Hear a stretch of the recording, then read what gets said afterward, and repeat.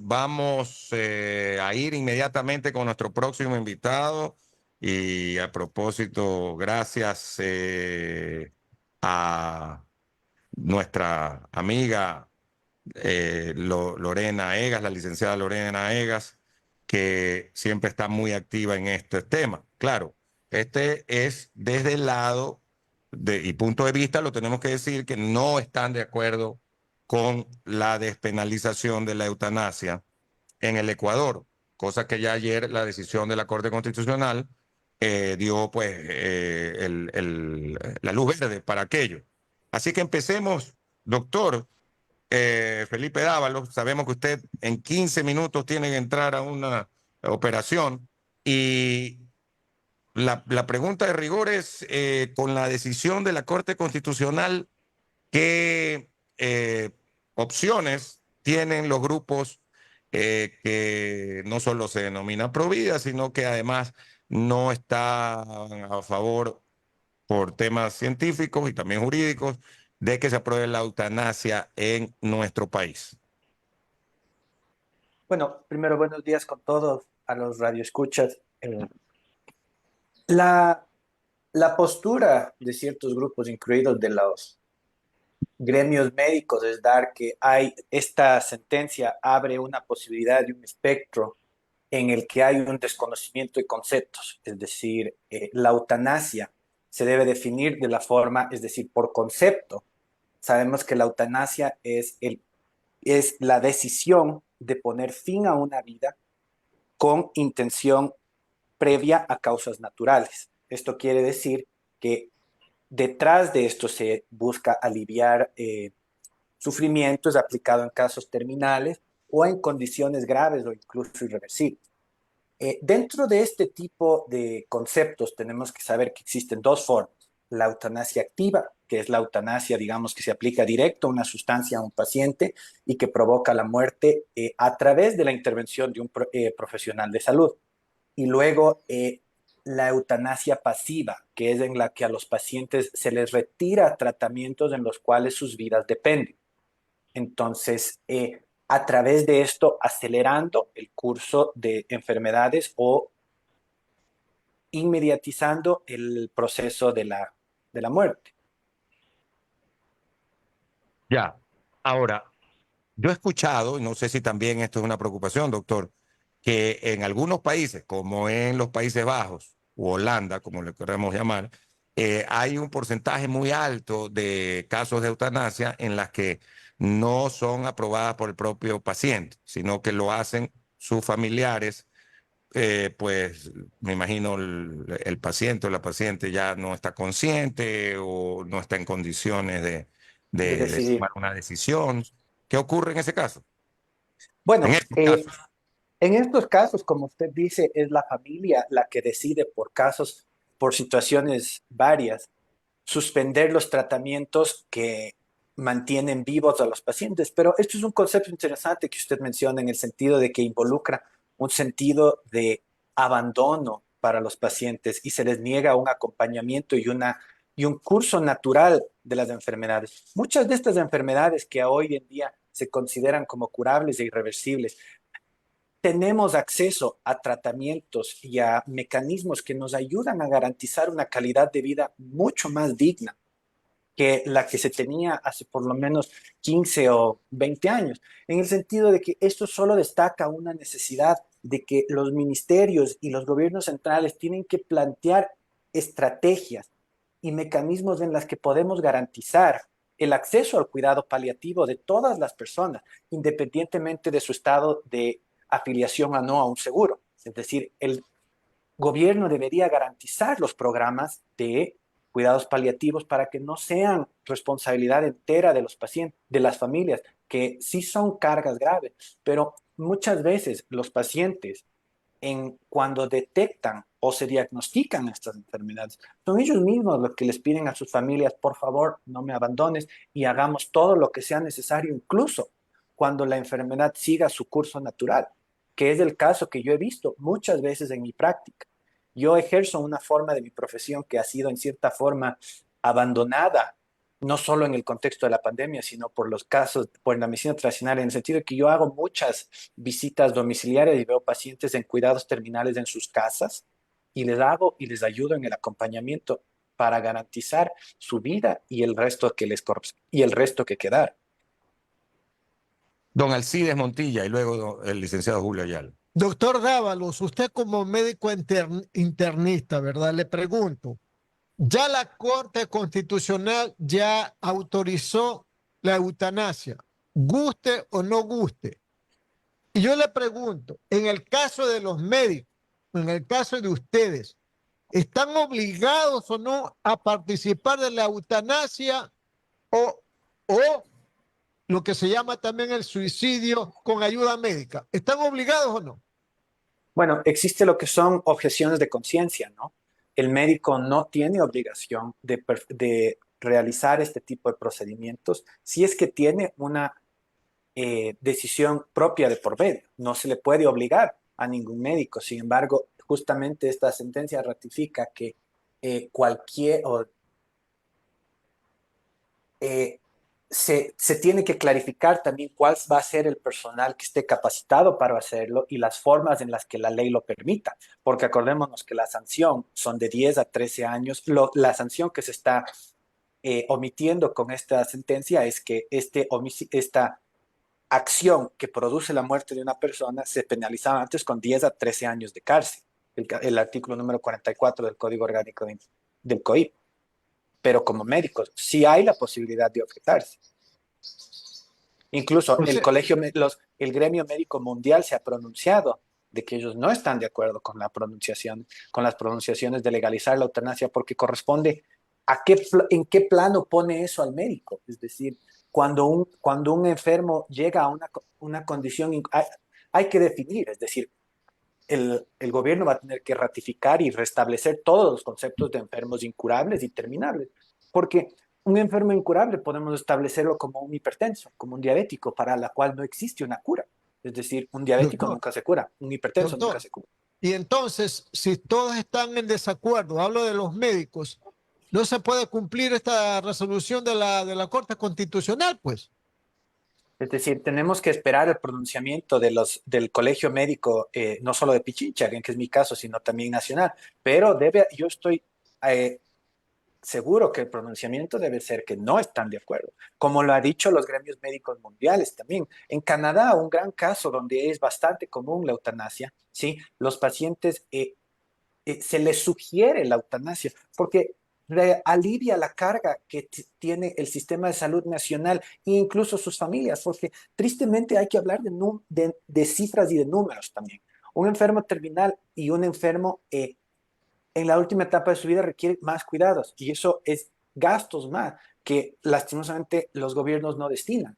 Nosotros sufrimos de una falta clara de profesionales, de médicos que quisiéramos que tengamos más médicos especializados, que tengamos más médicos cerca de la gente. Es decir, las estrategias planteadas en años anteriores son interesantes en el sentido de que por lo menos en las zonas rurales teníamos la estrategia del médico del barrio que funcionaba para acompañar y hacer un seguimiento más cercano de nuestros enfermos, de nuestros niños, de nuestras mujeres embarazadas, pero capaz vale la pena revisitar estas estrategias en las que estamos más cerca de nuestros pacientes, brindemos cuidados más cercanos y no cedamos a esta sensación de abandono que es terminar una vida por el cargo que influye sobre las personas y sobre el sistema, ¿no? Continuamos la entrevista con mi compañero Julio Ayala. Adelante, Julio. Gracias. Doctor Dávalos, en breves palabras, ¿cuál es la diferencia entre eutanasia y ortotanasia? Doctor, ¿Aló? lo escuchó, yo sí lo escuché perfecto, Julio. Repítame, por Sí, favor. A ver, sí, si le la repito. diferencia entre ortotanasia y eutanasia. Bueno, como le decía, la eutanasia es el concepto en el que la vida se pone eh, a disposición y se termina por medios, ya sean pasivos o no, adelantar el final de la vida. Sin embargo, el concepto que usted habla es el concepto que se hace referencia a una muerte natural y digna. En este caso, permitimos que los pacientes lleguen al final de su vida sin intervenciones que aceleren este proceso. Todo paciente en cuidados terminales al final de su vida tiene que garantizarse tres cosas. Que no se le falte alimento, es decir, ya sea si es que el paciente puede ingerirlo o no, o por medios parenterales o entéricos, y que tenga acceso a hidratación, una vez más por vía intravenosa, periférica o central, y oxígeno, cosa de que el paciente al final de su vida, primero que nada, no sienta la necesidad de, no tenga hambre, no se ahogue y no tenga sed. ¿Y el dolor, doctor? ¿El dolor? El dolor es un mecanismo que se tiene que controlar y que tenemos estrategias muy avanzadas para hacerlo ahora. Es decir, en los pacientes oncológicos ya tenemos acceso a parches de morfina o de fentanilo que se aplican directamente y se les cambia cada 4 días, los cuales les permite controlar sus dolores de manera digna, porque yo entiendo lo que es y me ha pasado. Yo tengo pacientes que me llaman, por favor, me dicen, prefiero morir que seguir sintiendo este dolor. Y no se trata de eso. Se trata de controlar los síntomas, de darles una calidad de vida digna a medida que su condición avanza. Por eso ahora tenemos acceso a muchos más recursos que están garantizando prolongar la vida de manera digna, no de manera forzosa. Es decir, el dolor lo podemos controlar. En pacientes con enfermedades neurodegenerativas en los que pierden la capacidad de deglutir, es decir, que no pueden tragar y que lastimosamente aspiran o se ahogan, tenemos la opción de poner ventiladores, no solo mucho menos invasivos, ya no son las traqueostomías, ya no son los respiradores grandes que cubrían toda la boca, sino también mecanismos menos invasivos que permiten la administración de oxígeno a alto flujo. Y lo mismo para poder alimentarse. Existen botones de alimentación que se conectan directamente al estómago y la administración de comida pasa directamente por ahí. Eso es una gran ventaja y son mecanismos médicos y recursos que han aparecido en los últimos años, que ya están disponibles en el Ecuador. Gracias. Juan Carlos Sánchez, por favor. Juan Carlos ya tuvo que salir, mi estimado Julio. Yo quería aprovechar para preguntarle al doctor justamente si es que esto, una vez que se despenaliza yo sé que usted no es abogado, pero por ejemplo los doctores, ¿qué tienen que esperar? ¿Una publicación, cambio? Obviamente habrá que insertar un cambio en el Código Integral Penal, pues. Se va a publicar la decisión de la Corte Constitucional. Si se presenta ante ustedes alguien que quiere y dice, bueno, tengo mi derecho legal y constitucional de la eutanasia, ¿cómo lo van a manejar en la parte operativa, más allá de lo que hablábamos del tema de la objeción de conciencia, que también es algo absolutamente constitucional?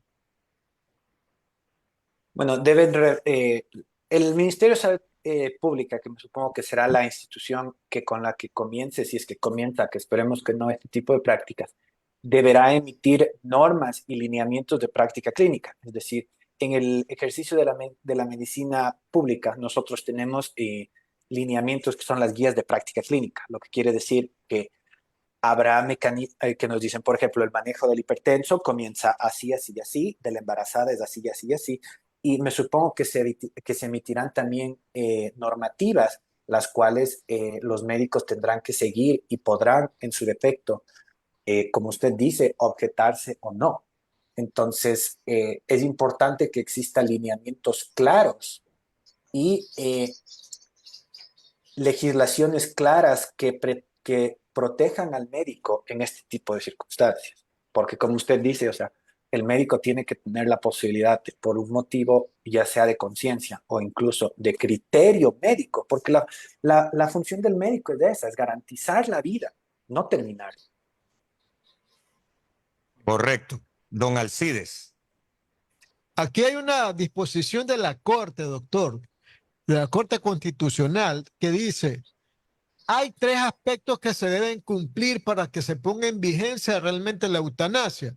El primero, la Defensoría del Pueblo deberá entregar a la Asamblea en un plazo máximo de 6 meses un proyecto de ley que regule la aplicación de la eutanasia. Fíjese, primero, una vez entregado el documento, el legislativo tiene un plazo máximo de 12 meses para que conozca, discuta y expida la ley. Y el Ministerio de Salud tiene un plazo máximo de 2 meses para expedir un reglamento que normará la aplicación de la eutanasia activa, voluntaria o avoluntaria. En otra palabra, esto no es de que mañana ya se va a aplicar la eutanasia, tendrás que cumplirse todos estos procesos y ahí es que el médico tampoco en este momento no puede hacer absolutamente nada hasta que no se cumpla el debido proceso, como llaman los abogados, producto de la resolución de la Corte, doctor, ¿verdad? Así es. Esto nos demuestra que la Corte capaz no tenía la capacidad de emitir un pronunciamiento todavía, sino que debió haberse establecido un debate público en la Asamblea fundamentado en la ciencia, lo cual es importante para esto.